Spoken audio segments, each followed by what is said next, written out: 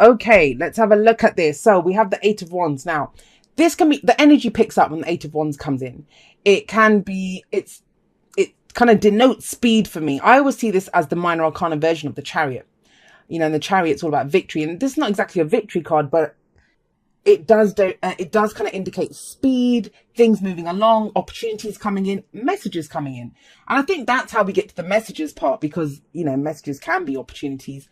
And this would be communication, back and forth communication, very rapid communication. Just be a little careful. You know, Mercury is retrograde. And I don't think that, you know, I mean, I'm saying this when my Instagram messed up on Thursday. So, you know, there can be problems with communications, but often it's that people are communicating differently. They're saying things that they wouldn't normally say because they feel a different way, right? Because Mercury is retrograde. So you might expect someone to say something a certain way, but just double check that, you know, you're getting the meaning right when the Eight of Wands comes up. One of my main ways that I love communicating is by voice notes, because it's much easier to misinterpret something that's written than it is something that's said. I mean, even if something's said, people can not fully comprehend where you were coming from. So it's about being very clear in your communications. But yeah, opportunities coming in, things picking up this week. So there's that kind of energy coming in. What is this to do with? Well, it may be to do with someone who's like this, the King of Cups. So it could be water energy, Pisces, Cancer, Scorpio. Doesn't have to be, right? They don't own the cards. They just lend their energy to it. And I do love the King of Cups because he is very nurturing, very caring, he's very kind of family energy, you know, he's romantic. He knows how he feels, but he is a king. And kings have reached mastery of this. So he has great control over his emotions. Not so much like the King of Swords. I mean, the King of Swords, he has emotions, but he just ignores them. He concentrates on the logic. This guy doesn't ignore his emotions, but he doesn't always express them until he's ready to. So there is that energy with the King of Cups, you know, he's going to bide his time. This could be someone that, you know, who has immense feelings for someone, but they're not saying it. Is that you, Leo? Is that you?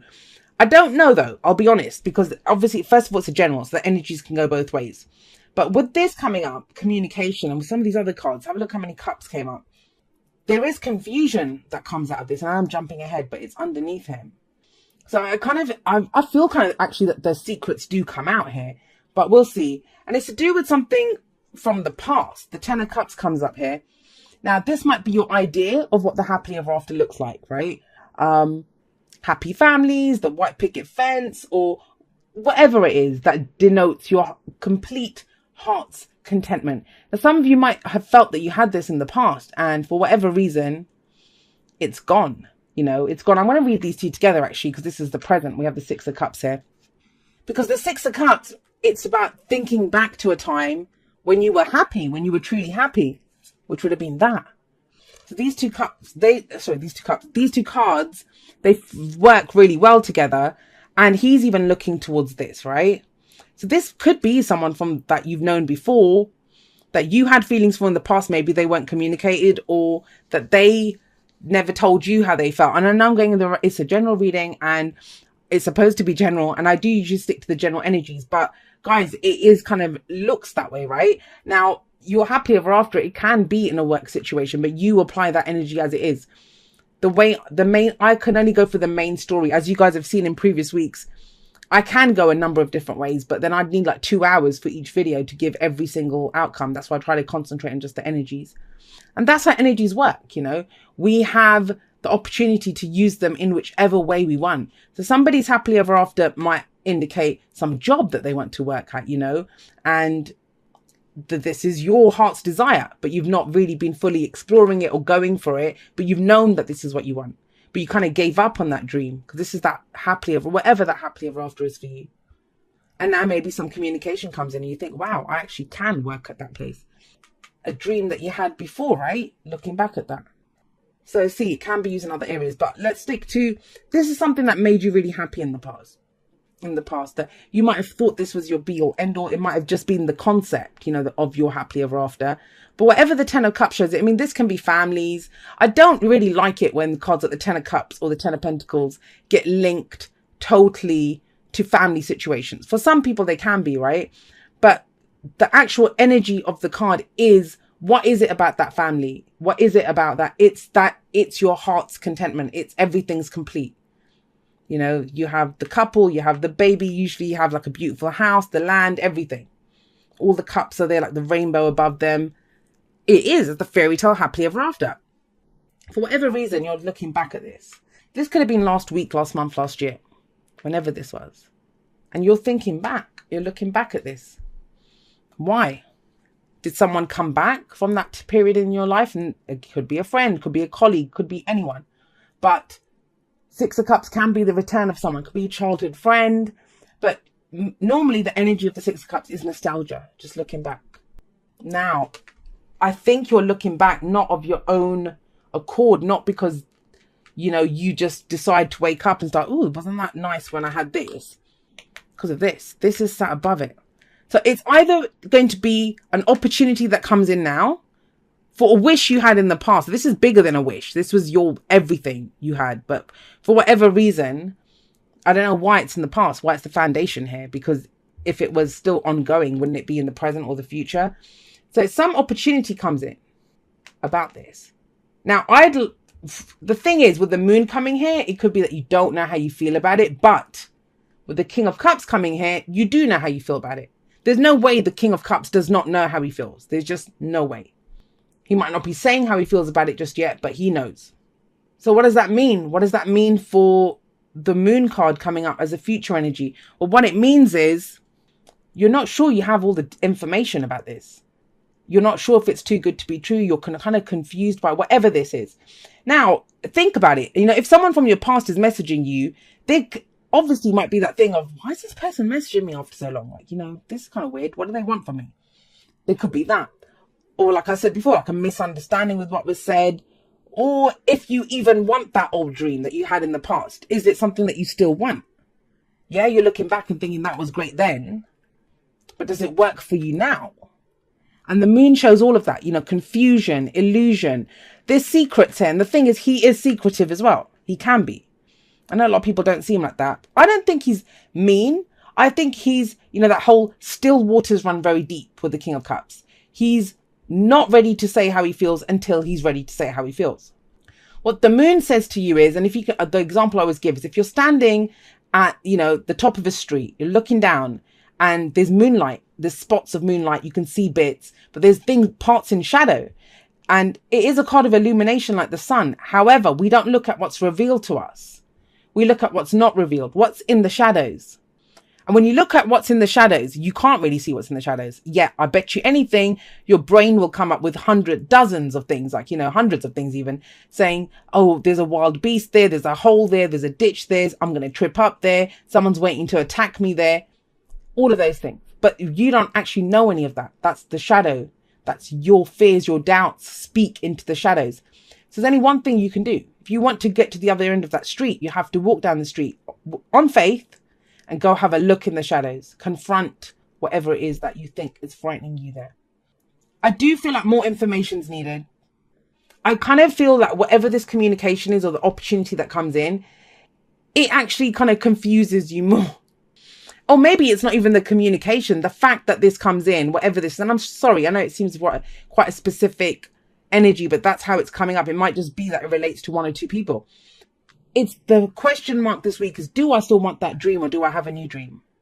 Does that still represent my happily ever after? And you have to consult your heart for that and confront the bloody fears that come up. We all have them, the fears and doubts. Because look at what the advice is. And both of these cards, they lead to the future never just happens, right? So I kind of feel the future energy, the moon, it's about walking that path on faith.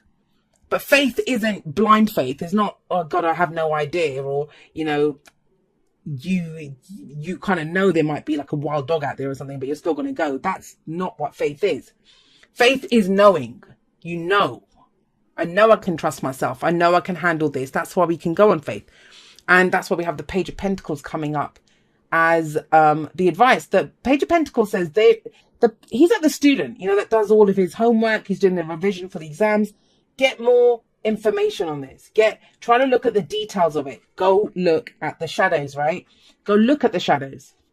You don't have to try. I mean, you've got a king sat here. You don't have to trust the shadows. You don't have to trust anything outside of yourself. Trust that you will know your feelings of this, your divine guidance system, you'll know what to do with it. But if any opportunity comes in, the Eight of Wands is usually straightforward. Like, have a look, they're in formation. So, you know, they're usually straightforward, direct stuff. But I can understand, like with Mercury being retrograde, all the retrograde planets, there's a lot of kind of introspection, looking within. Like, what does this mean? Is this really for me? Have a look. Really have a look at what you feel. You know, what are the details, the practical details? Because I think the feeling stuff is all here. You know how you felt. You know now how you feel about this in the present. You know that you're afraid of certain stuff. So this is all very emotional energy coming up. But that's why the advice is, like, be a bit practical. Get as many details as you can. Have a look at this. This is kind of like the grunt work, the kind of boring little, reading the small print. That's what the Page of Pentacles is. He reads the small print. And I would say do that, because this is some massive energy coming in. Beautiful, not trying to downplay it in any way, because it's just that you have fears and doubts about it. So to allay your own doubts and fears, please read the small print, because you can be, look at them. They're just looking up at the rainbow of cups. It can be kind of, you can be bedazzled by it. It can be very distracting to think, oh my God, I've got all that there. But I will say this about the Page of Pentacles. Sometimes when we look close, right, it doesn't look like much. And we think, is that all there is? Like all of this fanfare and all of this? But it's something that can build into something huge. You know, it can become something much bigger with the Page of Pentacles showing up here. Pages, I always say this, they're like aces for me. Yeah, like the Ace of Pentacles, right? So let's see what we have coming up from the Oracle cards for you.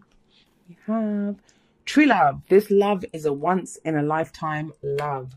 That's how it kind of feels. And you know, the thing is, a lot of times when we encounter something that feels like, you know, like, oh my God, I'm never going to love anything as much as I loved this before. This could have been something from the past. Like, this might be a brand new situation that's coming up, a brand new person that you meet, someone that you're communicating with or on offer. And it's just reminding you of the situation in the past. And that's the thing. When people experience true love like this, they think it can only happen once because it feels so amazing. I tell that story every time. I'm not going to tell it with this one, but you know, that's how love works. It feels like true love. It feels like true love. And it's beautiful that it does. That's why we do this again and again. No matter how hard we get burned, no matter how much we get hurt, we come back for more because it is true love. I don't just mean with that person. If they hurt us, this is what I was talking about. The faith thing. You just have to trust yourself. We have no place like home coming up. What is home? It's the place where we're the safest, where we feel secure, right? Where we get comfort. And this card reminds you that you always have a safety, security, all of that stuff in your own being. You provide that for yourself. So you don't have to ever be afraid wherever you go. You know, you are your own home and you can trust yourself. Now, how do you keep yourself safe, or how do you bring yourself that comfort? By being authentically who you are. And I'm kind of getting this, that is secretive energy in the middle.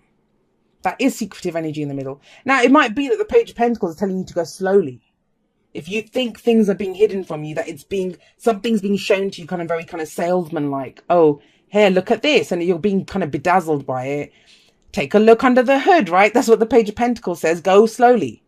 You know, you don't just have to buy the car because it's got shiny red paint on it. Have a look under the hood. Check it out. See, and I said hood. That's so American. Bonnet.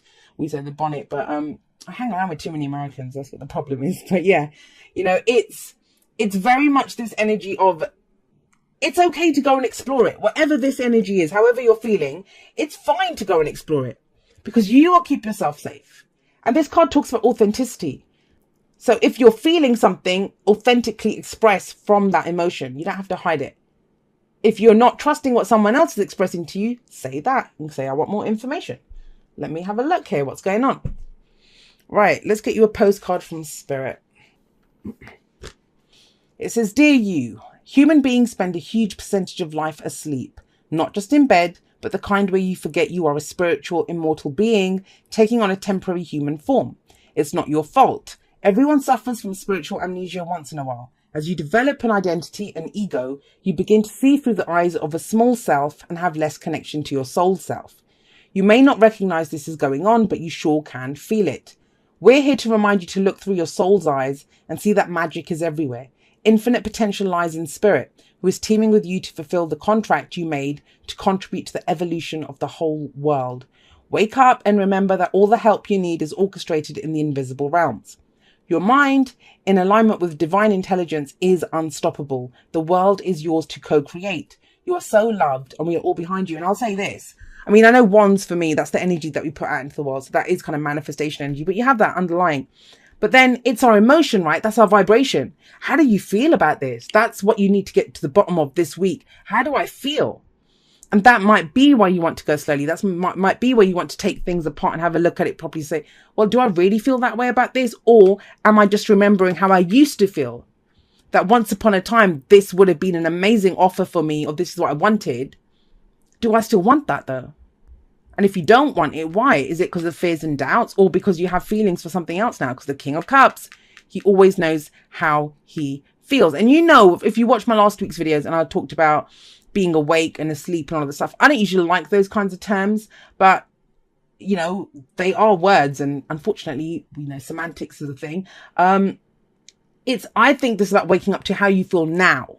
Sometimes we can have a dream in the past that was amazing, but we might not want that anymore because we change, right? We do change. And this, like I said, it can be last week, last month, last year. You may not want this anymore, but it is an opportunity nevertheless.